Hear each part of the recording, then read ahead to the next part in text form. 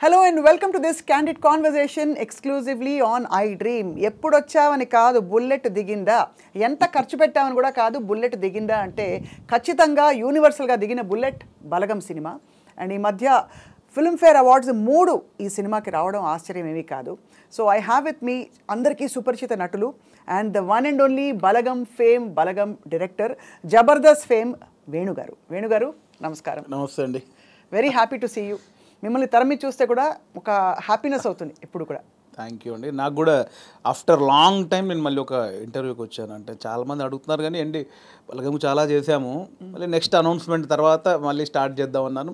మధ్యలో ఫిలింఫేర్ తర్వాత ఫస్ట్ స్వప్న గారు అనగానే ఎస్ అన్నాను నేను. నాకు తెలిసిన ప్రముఖుల జాబితా చాలా పెద్దది. కంగ్రాచులేషన్స్. అండ్ వాళ్ళందరూ పెద్దవాళ్ళు. మీ సినిమాని మీరు లేనప్పుడు మెచ్చుకున్నారు. సంగీతం శ్రీనివాస్ గారు ఇటీవల చెప్పారు. అలా మీకు డైరెక్ట్గా అందిన కాంప్లిమెంట్ వేణుగారు. బోలెడండి. అంటే మళ్ళీ బలగం గురించి మాట్లాడితే ఆడియన్స్ బోర్ ఉండొచ్చేమో.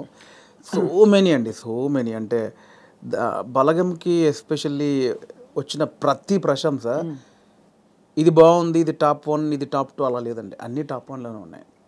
అంటే ఎవరు ఆ సినిమా గురించి మాట్లాడినా వాళ్ళ కళ్ళు, వాళ్ళ బాడీ మొత్తం ఆడుతుంటే నాకు తెలుస్తుంది. ఆ ఎగ్జైట్మెంట్ తెలిసిపోద్ది కదండి.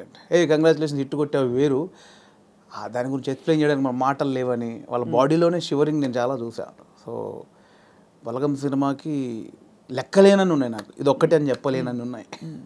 ఫిల్మ్ఫేర్ అందుకుంటున్నప్పుడు మీ ఎమోషన్ అసలు ఊహించుకోలేం కదా. భయపడ్డాను, అంటే షివర్ అయిపోయాను. అంటే బలగం రిలీజ్ అయిన 1.5 year తర్వాత జరిగిన ప్రోగ్రామ్కి లోపల ఏదో చిన్న షివర్ అయిపోతున్నాను. బేసికలీ ఇది నిజమా కాదా అంటే కాన్ఫిడెన్స్ అంటే డెఫినెట్లీ కొడతామని ఉంది.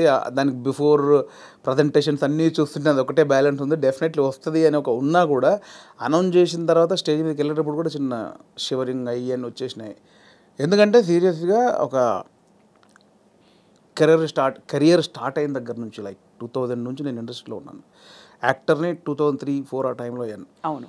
అప్పటి నుంచి ఒక పెద్ద స్టేజ్ మీద ఒక అవార్డు తీసుకోవాలి, అదే యాక్టర్గా, అప్పుడు యాక్టర్నే కాబట్టి యాక్టర్గా తీసుకోవాలని ఉంది. నా ఫస్ట్ మూవీకి సంతోషం అవార్డు నాకు ఇచ్చారండి. దాని తర్వాత మళ్ళీ 20 సంవత్సరాలు పట్టింది. 2023లో జై సినిమా అనేది యాక్టర్గా కమిట్ అయ్యాను. 24లో రిలీజ్ అయింది. 24లో మళ్ళీ 2004లో సినిమా రిలీజ్ అయితే 2024లో మళ్ళీ అప్పుడు అవార్డు తీసుకున్నాను, సంతోషం అవార్డు. మళ్ళీ 20 సంవత్సరాల తర్వాత మళ్ళీ తీసుకున్నాను. సో ఆ గ్యాప్లో ఎన్నో క్యారెక్టర్లు చేసి మనకు ఈ అవార్డు ఫంక్షన్లలో తీసుకోవాలి ఎన్ని కలలుగానే ఉంటాను. అందుకే ఆ రోజు స్టేజ్ మీద కూడా చెప్పేశాను, ఓపెన్గా చెప్పేశాను, ఎన్ని నిద్రలేని రాత్రులు, ఎన్ని సిగరెట్ డబ్బాలు, ఎన్ని మందు బాటిళ్ళు, ఎన్ని ఆశలు. అది ఎవరో కాదు, ఇట్స్ జెన్యూన్ 20 సంవత్సరాల వెయిటింగ్. దానికోసం అయిన ఖర్చు చాలా ఉంది. అందుకే ఆ స్టేజ్ మీద నాకు చెప్పాలనిపించింది. అది చెడు కావచ్చు, మంచి కావచ్చు, నేను ఎంత వేదన పడ్డాను అంటే నా అవార్డు కోసం కదా, ఒక సక్సెస్ ఏదో ఒకటి ప్రూవ్ చేసుకోవాలి, ఇండస్ట్రీ అంతా ఒక్కసారి నన్ను చూడాలి. దానికోసం రెగ్యులర్గా అంత ఆరోగ్యం పాడైపోయింది. అంటే అది ఆరోగ్యం పాడవడం అనరు, బట్ నా జెన్యూన్ ఫీలింగ్ అది. ఎన్ని రాత్రులు, ఎన్ని డిస్కషన్లు, ఇవన్నీ జరిగాయి కాబట్టి అదంతా ఇంత సాలిడ్గా మళ్ళీ ఒక ఫిల్మ్ఫేర్లో ఒక ఇయర్కి బెస్ట్ డైరెక్టర్, బెస్ట్ మూవీ, అది టాప్ నాచ్ అవార్డ్స్ అవి. అందుకనే ఇప్పుడు లీగ్ మారిపోయింది. ఇంకా వాళ్ళ వేణుగారు గుర్తుపడతారా లేదా అనుకున్నాం మీ అందరం. అదేం లేదండి, బలగం వేనే ఎప్పుడు కమెడియన్ వేనే. అంతే. ఇంక 20 సంవత్సరాల తర్వాత కూడా నన్ను కమెడియన్ వేన్గా చూడవచ్చు, నాకు అది ఇష్టం బాగా. కానీ మీకు చాలా స్ట్రాంగ్ ప్రెజెన్స్ అండి యాజ్ అన్ యాక్టర్, కమెడియన్ కూడా. ఆ తెర మీద కొద్దిసేపు వచ్చినా కూడా ఒక్కసారి అంటే కొంతమందికి ఆ లగ్జరీ ఉంటుంది.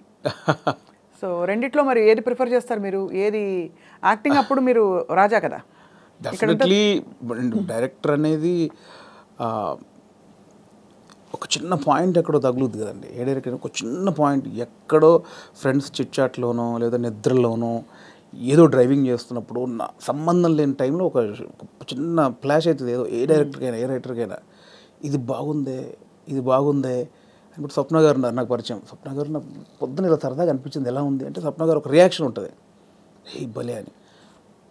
ఆ ఒక్క చిన్న ఐడియాకి ఇంకొకటి సపోర్ట్. ఇది ఒక 10 మంది ఒక 100 మంది దగ్గరికి వెళ్ళేసరికి ఇది పాయింట్గా చేయొచ్చు.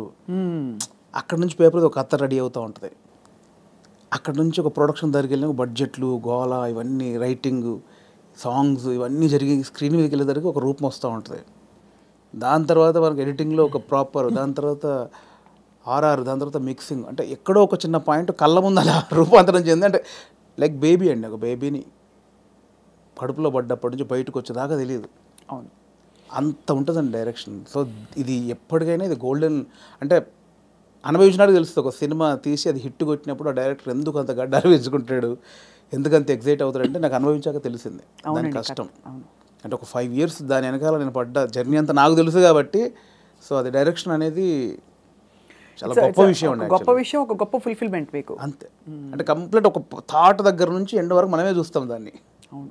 అండ్ యాక్టింగ్ అనేది అది కూడా అంటే నా నెక్స్ట్ సినిమాలో ఒక మంచి సెటప్ ఉంటుంది దానికోసం, అది కూడా సూపర్ అండి. అది నేను రెండు ఏది అంటే నేను చెప్పలేను, ఇది ఫ్రెష్గా అనుభవిస్తున్నా. కానీ ఇప్పుడు మీరు ఇలా అవార్డ్ విన్నింగ్ డైరెక్టర్ అయిపోయారు కాబట్టి కొంచెం ఎక్స్క్యూజ్ మీ అన్నట్టు ఉంటారేమో అందరు మీతో. అదేం లేదు, నేను ఎప్పుడు దాన్ని నమ్మను. అలా ఎక్స్క్యూజ్ మీ అంటే నేను స్టేజ్ మీద మాటలు చెప్పనేమో. అంతేనా? అయితే ఇప్పుడు యాక్టింగ్ ఆఫర్స్ వచ్చినా వస్తాయి, కంటిన్యూ చేస్తాయి? చాలా వస్తున్నాయి. బట్ నా రెండో సినిమా మీద, అంటే ఇప్పుడు నాకు బలగం ద్వారా మీరే చూశారు, చాలా రెస్పాన్సిబిలిటీ వచ్చింది. అవును, దాంతో భయం వేస్తోంది. అంటే ఇంతమంది డెఫినెట్లీ నన్ను ఆశీర్వదించిన వాళ్ళందరూ మళ్ళీ నా సినిమా చూస్తాను, వాళ్ళని సాటిస్ఫై చేయాలి అనేది బాధ్యత, భయం ఎక్కువైపోయింది నాకు ఇప్పుడు బేసిక్గా. అందుకే ఈ సినిమా వరకు నేను పెద్దగా యాక్టింగ్ వైపు వెళ్ళట్లేదు. సినిమా తర్వాత డెఫినెట్లీ మళ్ళీ అంటే చిన్న చిన్న క్యారెక్టర్లు చేస్తున్నాను. Close friends, 3 days character, 5 days character, lengthy క్యారెక్టర్లు అయితే చేయదలుచుకోలేదు. కానీ ఇప్పుడు ఎలాంటి కథలు చెప్పాలి మీరు అనుకుంటున్నారని మిమ్మల్ని అడిగితే ఏం చెప్తారు మీరు? మిమ్మల్ని మూవ్ చేసే కథలు ఇప్పుడే స్టార్ట్. నాకు డెఫినెట్లీ మట్టి కథల మీద ఎక్కువ నాకు ఉంటుందండి. రియలిస్టిక్ థింగ్, కొంచెం ప్రాక్టికల్గా ఉన్న విషయాలను చెప్పాలనేది నాకు ఉంటుందండి ఎక్కువ. నా చిన్నప్పటి నుంచి చిన్న ఫీలింగ్ అదే. ఇంట్లో పెరిగిన వాతావరణం, మా ఫాదర్ పెరిగిన వాతావరణం, మా ఫాదర్ చిన్న కమ్యూనిజం, ఆయన చిన్న కమ్యూనిస్టు. సో తెలియకుండా అదే బ్లడ్ ఉంది నాలో. సో అందుకే చిన్న అటువైపే వెళ్తుంది నాకు. కమర్షియల్ అనేది మేబీ ఫ్యూచర్లో చేస్తానేమో. ప్రజెంట్ అయితే మైండ్ అంతా నేను చిన్నప్పుడు నా జీవితంలో, నా జర్నీలో జరిగిన విషయాలు చాలా ఉన్నాయి, చాలా ప్రాక్టికల్ విషయాలు ఉన్నాయి. చాలా జనాల్ని, అంటే రెగ్యులర్ కమర్షియల్ అన్నీ చేస్తున్నాం కదా, ఒకసారి చూసి బలగంలాగా ఆలోచించి, అరే ఇది కదా మన చుట్టూ ఉన్నాయి కదా అని ఆలోచించే విషయాలు చాలా ఉన్నాయి నా వరకు అయితే. సో అది ఎంతవరకు చెప్పే పరిస్థితి ఉందో తెలియదు, చెప్పేంత వరకు చెప్తాను.